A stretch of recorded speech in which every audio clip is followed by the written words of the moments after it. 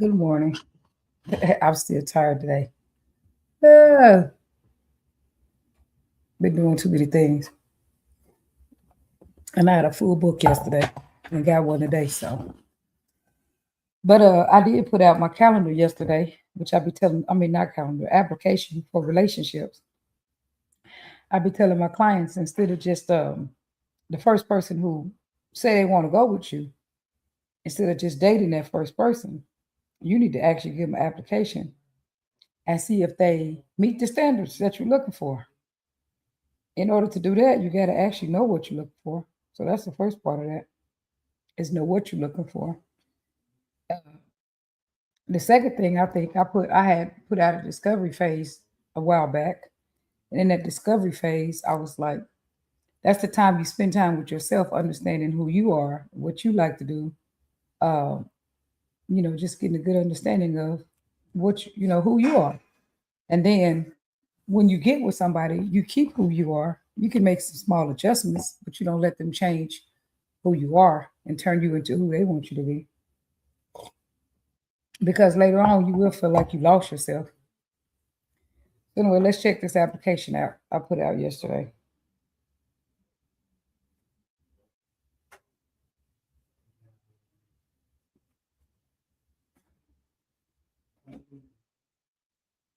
Oh yeah, I put a question out too about see how what people believe with that. So with that.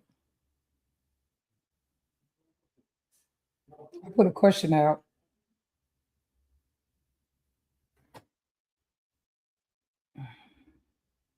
What are some rules in Chicago style stepping? And I put one of them is if the lead get out the lane, the follower is supposed to utilize that lane. And because I don't know why the lady was arguing, but one lady was arguing with me that wasn't true. Anyway, that's what Victor say on his artistic motions. It's not true. I believe it is true because I've heard leads tell me that is that whenever the lead get out the lane, the follower is supposed to get in it. Let's see what else people had to say on there about that. Somebody said learning what the beat of the music is, learning lane control. So that is how the lead learning it too. Learning when the follower is supposed to be in the lane and when the follower is not. I put dancing too big or too wide. That's annoying. Having too many feet. The lane is a certain length. The lane is not um, like as long as you want it.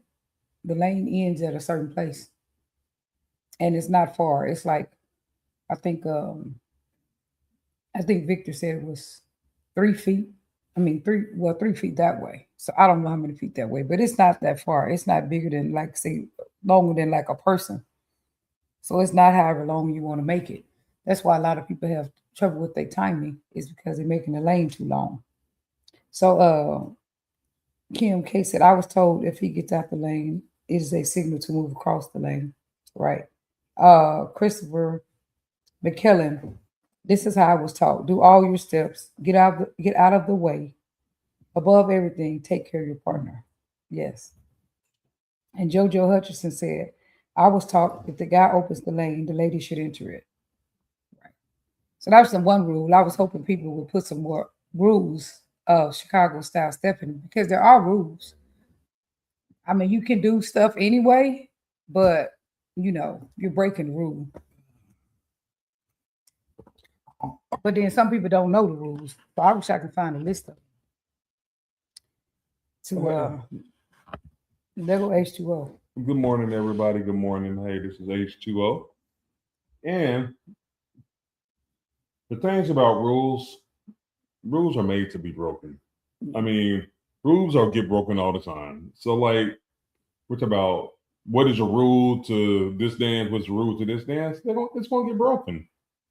To a certain point. The rule will. It will be, but to a certain point, you don't even look like you're doing that dance no more.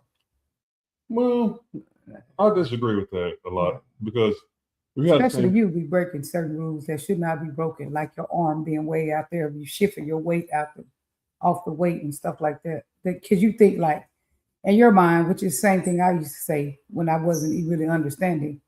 I would say, you know, they just don't know how to do it. Yeah, people know how to do that. They don't do that because you're not supposed to do it. Yeah, but like rules, like some people, you go to one set of instructors, they'll say this is the rule for this. You go to another set of instructors, this is the rule for this, and then after a while, well, whose rule is correct?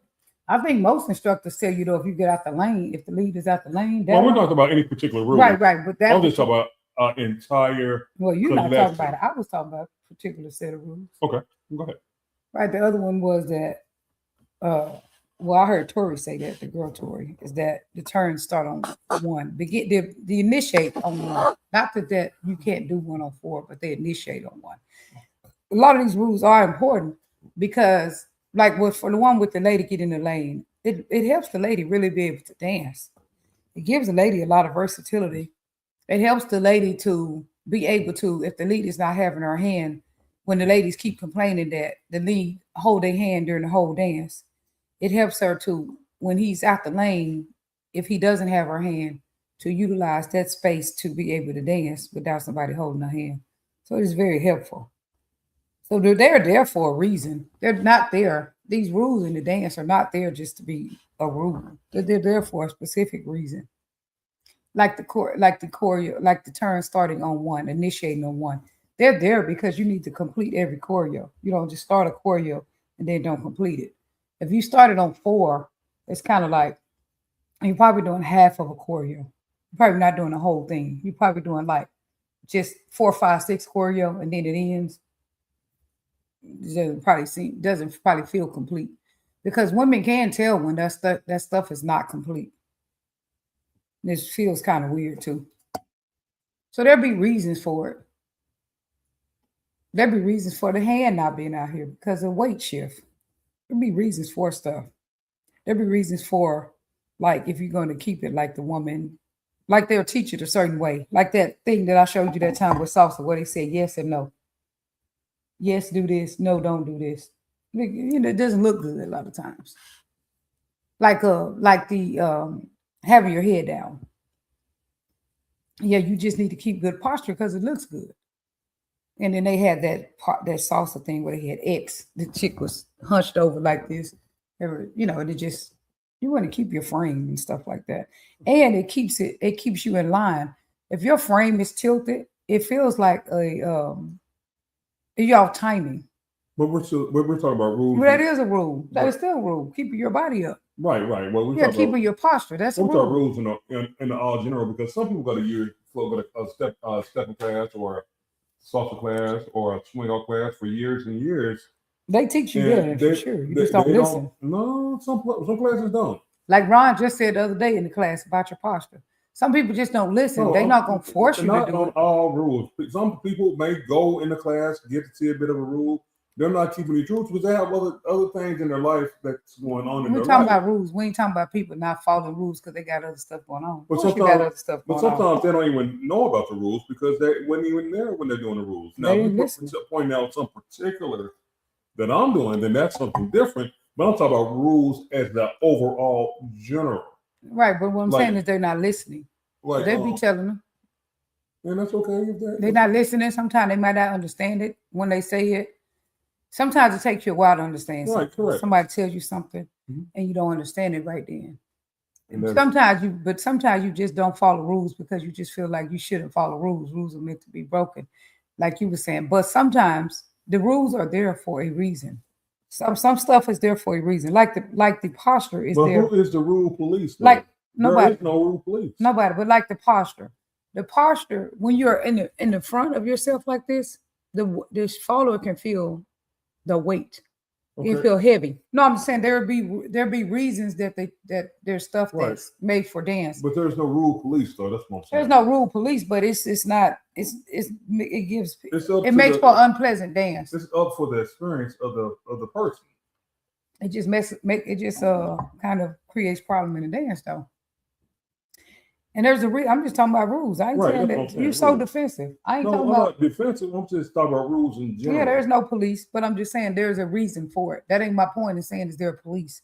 My point is that there are rules in the dance. I don't know if people know that there are particular rules in each dance. Most of them go over every dance though. Like even though Like, well, you can't. Okay, you can't do that in stepping. A lot of times, that same thing you can't do in swing. You know what I'm saying? It's just it's really universal. Like even for salsa, the lane is open, you in it. Even in swing, your posture is important. It's not a rule, but it's important. All the dances, some of that stuff is universal. So anyway,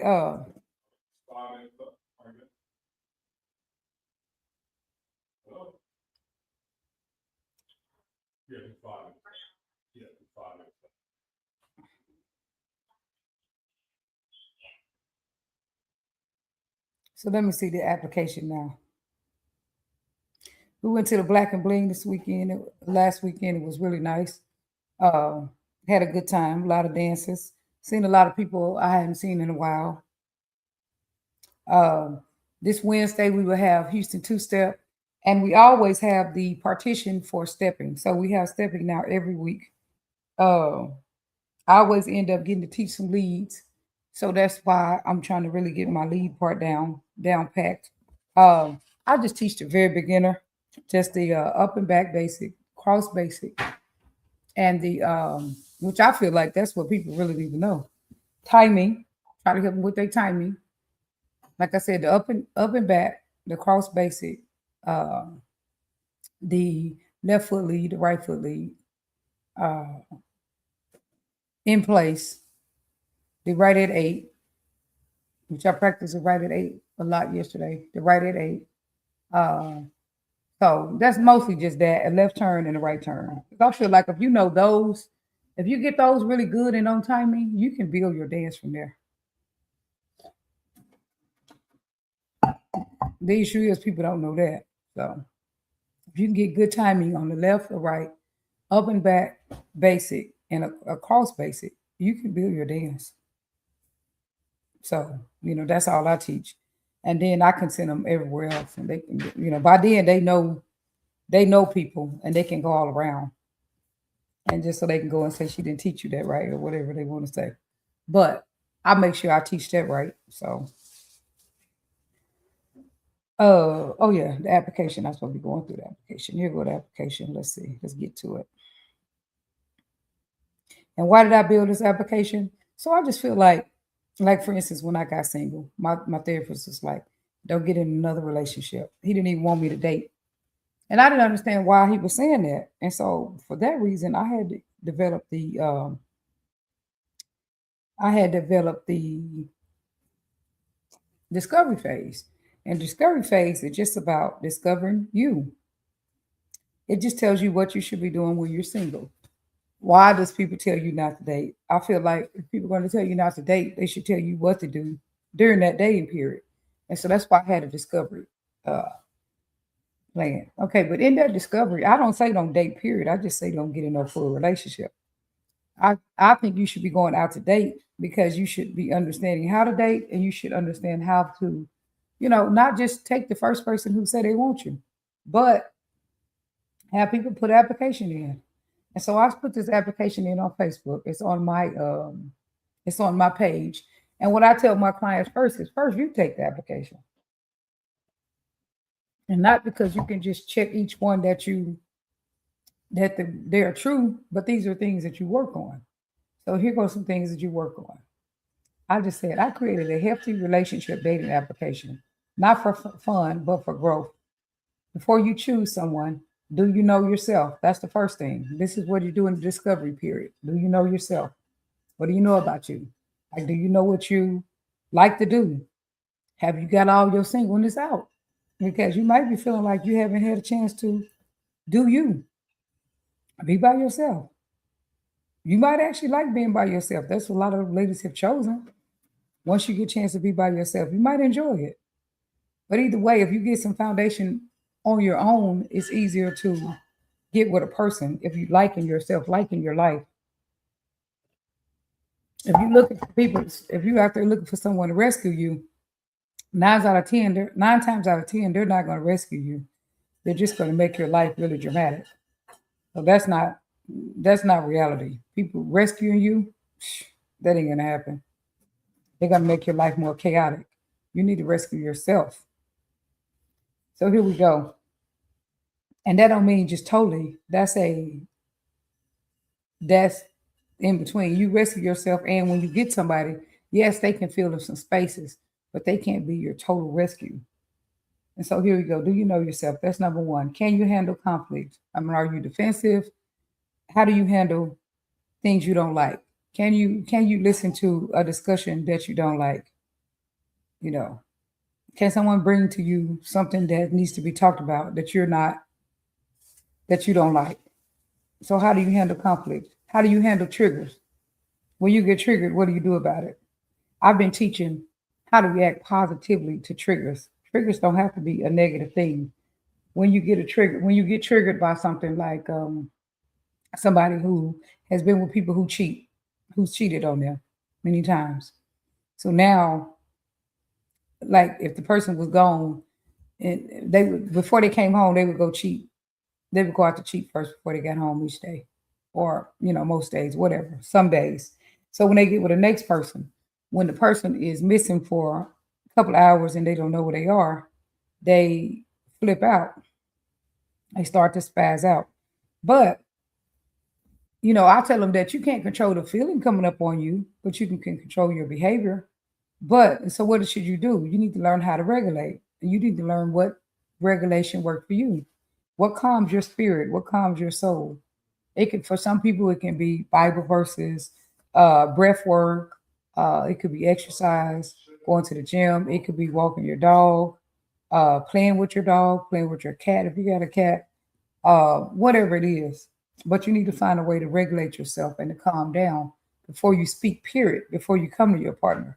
So you need to try to learn how to put space between feeling and speaking.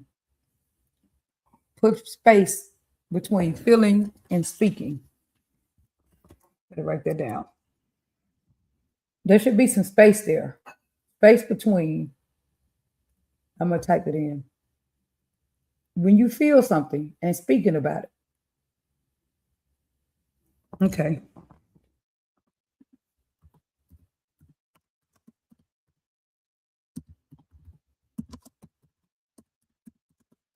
Because feeling things are normal.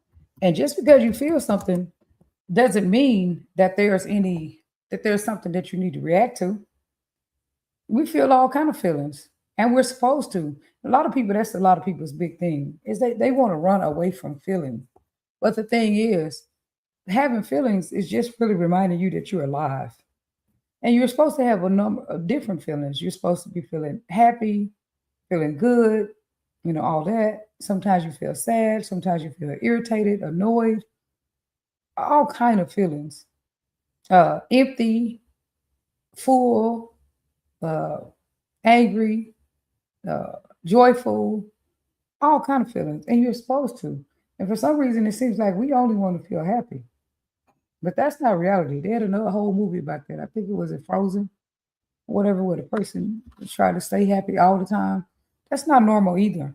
But there should be some space between feeling and speaking. And then it shouldn't be always that somebody else needs to rescue you from a feeling. Like a lot of people, what they do with a feeling is they eat, smoke, drink. They try everything they can to avoid having feelings. But feelings can be a conversation. So what if you got curious? One of my clients got a special pen, and he gets curious about feelings instead of him get curious about a feeling instead of running from it. And so he would use a special pen, and whenever he would have a feeling, he would write. He had all kind of different special pens. He would use a different pen, whichever one he felt in that moment, to write about the feeling. And so he might say, well, this pen is for when I'm sad. That gives him a little space to regulate. That's his regulation tool. When he's trying to figure out which pen do I want to use today. Okay. Just getting that pen gives him a minute to regulate. It gives him space between feeling and speaking. Okay. And then he tries to figure out, okay, what am I curious about? how's this feeling? Let me think. Let me have curiosity about this feeling. Or he just be curious about anything that he wants to be curious about, anything that may have went through his head that day to be curious about. So then he writes that down. What am I curious about today? He writes that down and he tries to come up with a few answers about that. So in that space, he's regulating himself during that time. He's regulating his emotions. Mhm. And so that's just learning how to take space between feeling and speaking. You can feel something, that don't mean you need to hurry up and address it. Like yesterday, for example, this Herman, and he said, I was telling, he was saying he was gonna go in the other room and watch TV, and I said, I'll ask watch TV or whatever, and I was like, there's a TV in the living room, and he came back and said, why did I say that? See, that's in those times you have space between feeling and speaking, because I guess he felt like I'm trying to. I don't know what he felt like. What did you feel like when I told you could watch TV in there? No, I didn't. I didn't understand. I was like, why would you tell me to go over there when? Right, but you had to have a reason to ask the question. I just wanted to know why you. Other than you being very defensive, but what was the reason? I was in defensive. I was asking, why would you want me to go over there? Was there something going on here? But what reason would you ask me? I was thinking there was something going on in this room here. You knew what nothing going on. You seen the room. Right. But you could have had some kind of paper on the somebody on a paper and you didn't want me to move or anything. That's what I was asking. Is there something going on in there? Okay. Right. I didn't want to come in here to disturb something you had going on. Okay. Well, you would have seen the paper. You still didn't have to move a paper. But anyway, sometimes take space between you feeling something, especially if it's negative, and especially if you have a partner. Take space between, trying to address it and regulate yourself. But that wasn't negative thing. It was just making sure, hey, she got something going on in here. You know what happened going on. Right. Well, you said go into the other room and watch the game. Like, I was just saying that there's more than one TV here. Okay. There's a TV in all these rooms. Right. I was like, is there something? And you said, why should I have to go in there and watch TV? Because that's a smaller TV. There's something going on. I said, why do you want me to go in there and watch TV? What's going on? Well, I'm so used to him being defensive that, And that's brain reading. And what you talk about, people don't mind. Mind reading. That's right, mind right. reading. Well, you did say something to me. I didn't totally mind read it. But all I'm saying is learn how to regulate before you go. I didn't try to mind read it. I just know that you came to me saying something. And I just know you defensive. Right. So you're mind reading. Right. So I knew it was some reason that you came. You still ain't that you thought a paper was in here, this whole room. No. I didn't know if something was going on. Did you spray some bug spray? Because they did have some gnats in here. The gnats are gone now. Did you do something for me not to come in this room? Oh, okay. And then I didn't say don't go in there. I just said there's no TV in there. Right. That's what I was asking. But anyway, get curious about feeling. Like I said, that particular client, this is why it's good to talk to people, even young people, is because they do have good ideas instead of just thinking you know everything. Even as a therapist, they do. You don't know everything. There's still a lot for you to learn. You just real quick. This is Dr. Jackson.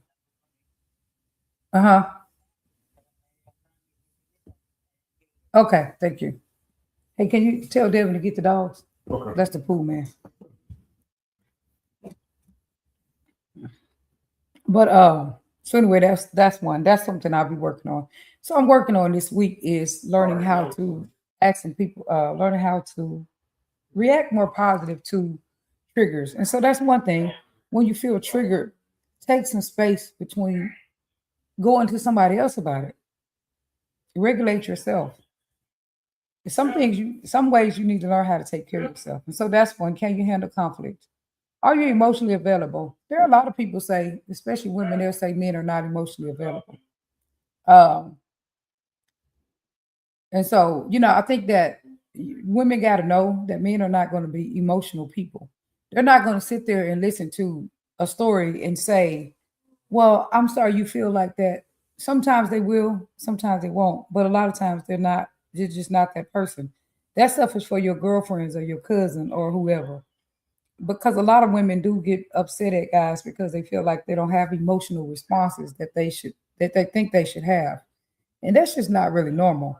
You can't turn a man into a woman. And a lot of women do want to turn a man into a woman. I see that every day where they're trying to make a man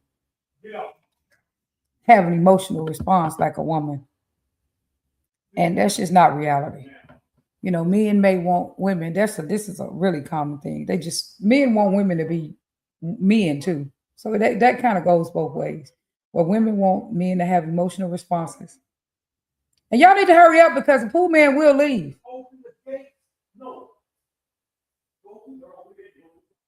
And let him know you open it, Devin.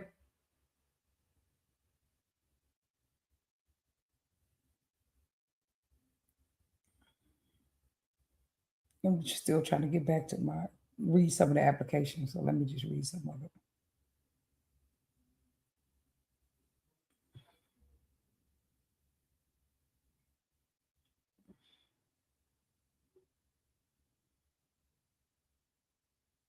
Okay. Here goes some of the questions. Let me just read some stuff in there. And so the last one is, are you healed enough to not bleed on someone else? So are you healed enough? If you still ask saying, don't do this because I get triggered, you're not healed enough. You don't know what to do when you get triggered. You need to know what to do when you get triggered. You need to know how to have a conversation that you don't want to have. You need to learn how to listen to take a break when you're having a conversation that gets you triggered. Don't tell the person don't do this or don't say this because you get triggered. You need to learn how to regulate yourself and say, hey, I need a break. I need 15 minutes. It don't mean that you can stonewall and never had a conversation. Hey, I need 15 to 20 minutes, 15 to 20-minute break. So here we go. Too many people are dating from loneliness just because you're lonely. Just because a lot of people are dating just because they just got out of a traumatic relationship. They're not even finished with that relationship. And they go straight into dating someone else. And of course, that person seems perfect because they're in the honeymoon phase. Everybody seems perfect. They're not even screening the person. They're just like, well, this person is patient. They listen to me. Yeah, everybody listens in the beginning.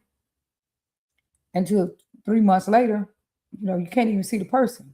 Confusion or the need to be chosen. A lot of people dating for those reasons, not because they want a partnership, not because they can handle conflict well with that person, not because the person makes them feel safe. None of those things. They just dating because you know these other reasons. They lonely. Uh, they just broke up with somebody. They trying to fill that space.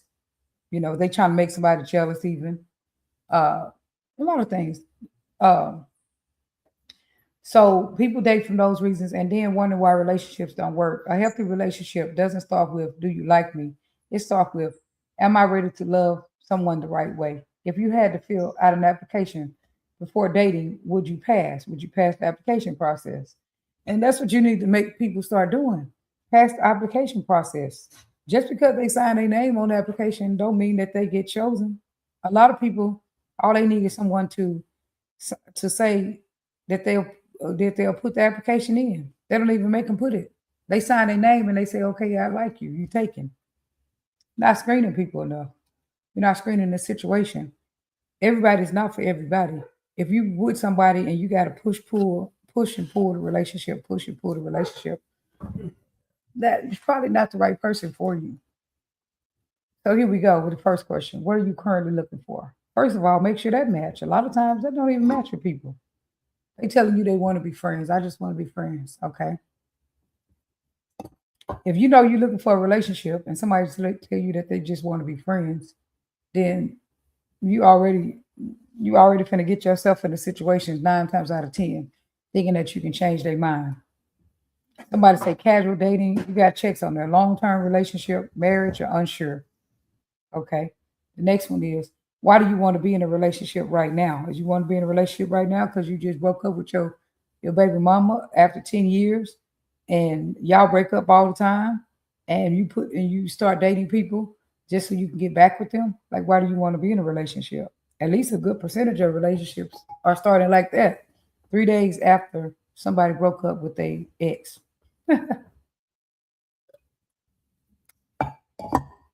Yeah, the time prospect is a definite. Yeah. Uh, So yeah, that's the first question. Why do you want to be in a relationship? Okay, even if they just want a friendship or whatever that have to do with intimate partner, why do you want to do that? Okay, and then you need to check the time and check and don't just listen to them. Pay attention because a lot of people, what they say with their mouth is not the truth. But if you pay some attention, you can tell the rest. You can tell the readiness. So look for readiness and don't just ask about readiness. Look for it. Are they really ready? Are they available?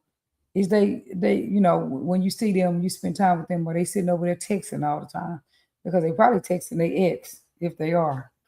I'm just saying because they in and out of relationships because a lot of people doing that. A great percentage of people doing that. Like that old lady said, close one door before you open another one. They haven't closed the first door and they open another door just to get you caught up in a bunch of drama and trauma. Mm-mm. So here we go. The second one. What does a healthy relationship look like to you? What does a healthy relationship look like? What about you? How you answer that? What does a healthy relationship look like? What does a healthy relationship look like? Communication. It's a healthy relationship. What kind of communication? Because communication is everything. Communication is body language. Communication is This one.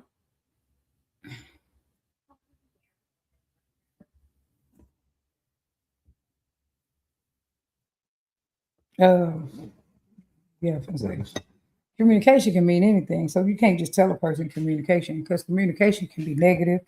Communication is everything. Somebody told me yesterday, they said they got ghosted and they just wish the person would tell them. And I'm like, the person are telling you. Like ghosting is a big conversation. That's a huge conversation.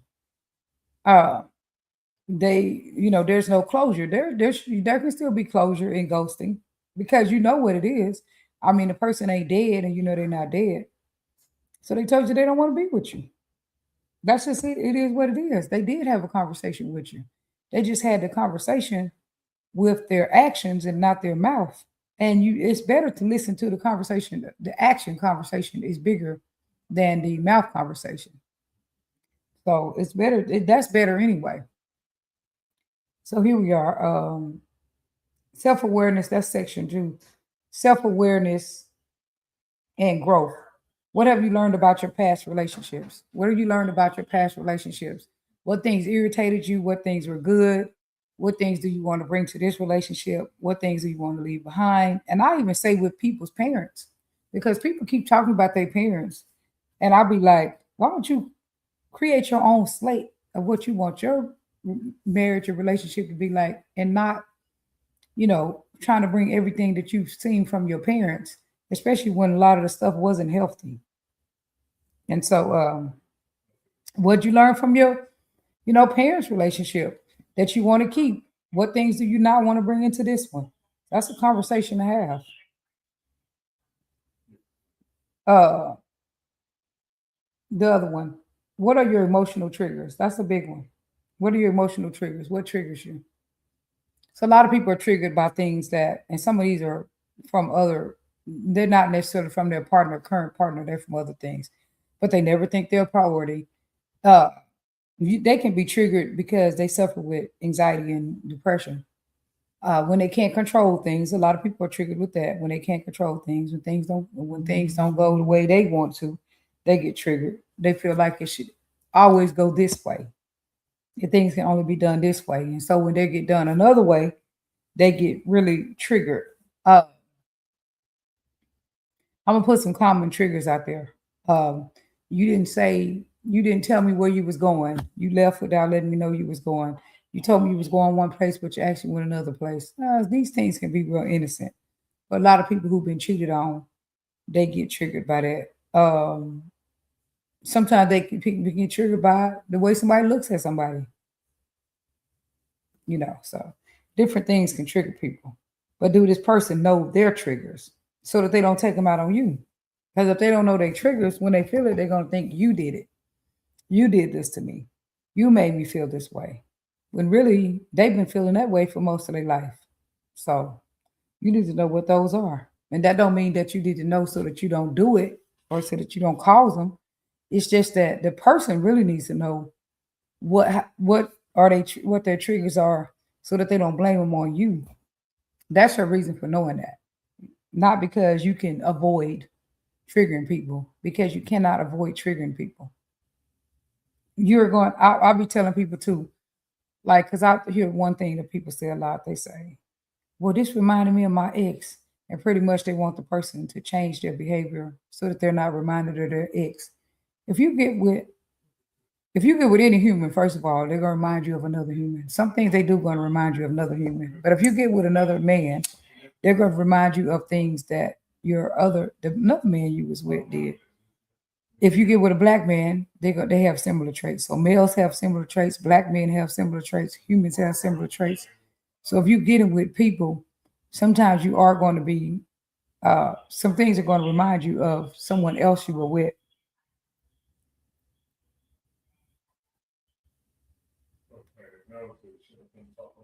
So how do you typically handle conflict? Do you avoid it?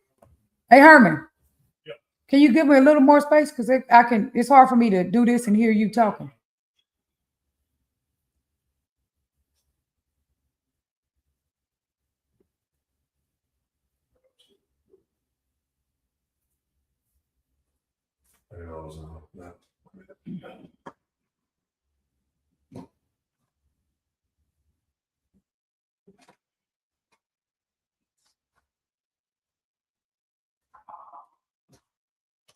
Okay. How do you typically handle conflict? Do you avoid having any kind of conflict? This is a great question for women to ask men, because a lot of men are very avoidant. Uh, and so you want to know what level of avoidant, and then talk about that. Talk about other ways y'all can deal with avoidance. That does definitely creates a problem. It feels like what we call stonewall. Do you get defensive? Do you stay calm and communicate? And then y'all can learn how to like practice. Okay, we have a conversation. How do we have a conversation that's, we go into it to say, tell me something that has bothered you about our friendship if you're just friends with a person. And you need to be able to hear that and say, let's practice talking about it without running away, without getting defensive. And let's practice staying calm and communicating. Okay. What are you currently working on within yourself? Okay. That's a question to ask someone. Whether they're emotionally ready. Are you emotionally available? Why or why not? Person, that can tell you a lot. Can you identify and express your feelings clearly? Yes. To check the box of yes, sometimes, and no. How do you respond when you feel hurt or triggered? Some people might fight. You need to know that. What are your non-negotiables in a relationship? What behaviors will you not tolerate?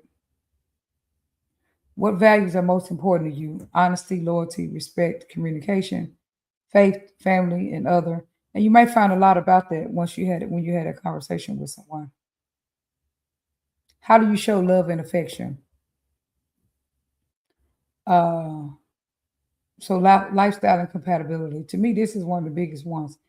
Do you use substances, alcohol, marijuana? You know, you need to know that in advance. I know some people who were functioning alcoholics when their partner met them, and then they later found out, once they were really intertwined in a relationship, that they were full-fledged alcoholics.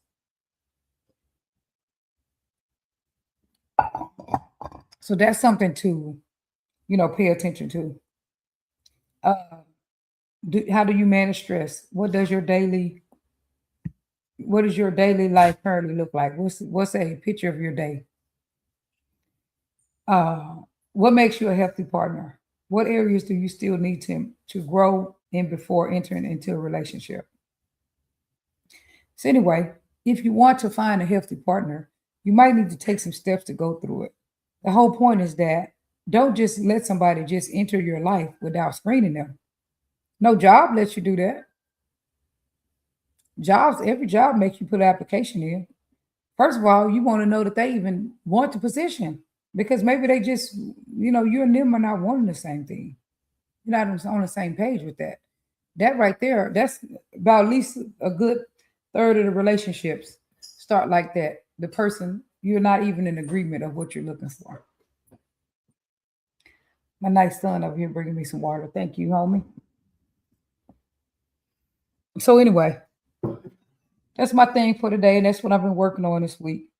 So let's see what some people said. Okay, so Sahara Alexander, she said this is useful. The and if you think it's useful, I would like you to share it. Danielle Frazier said this is good. Alexis Green said this is good. She's sharing. And Grace McKenzie said, "You're so right. You have to know if you're ready. I tell men all the time that even though I am single, I'm not available. I also tell them marriage isn't on the table for me. Anyway, I love this questionnaire. Very useful. And so, you should be able to say that and stand on it. If that's what you're feeling like. I mean, you could change your mind later if you want to, but if that's what you're feeling like, you should let that be known. And if you know for a fact that you don't want to marry, a lot of people do know that. They don't want to marry. They don't want to put their assets on the line. All that. They know that when you marry, you literally can lose in marriage. Marriage is also a financial contract. It's not just a love contract. It's also a financial contract. And a lot of people have decided not to put that on in jeopardy. A lot of people want to leave everything to their kids, whatever the case. And so they don't want to get married. And so if somebody tell you that, believe them. Don't be up there think you can change their mind. You know for a fact you want to be married and they don't, and you think you can change their mind on it. Don't do that. Okay, well, I'll see y'all later. Have a good morning. I'm about to get up and get started with these. We're about to get started with these, I think 8 or 9 appointments I had today. Later, y'all.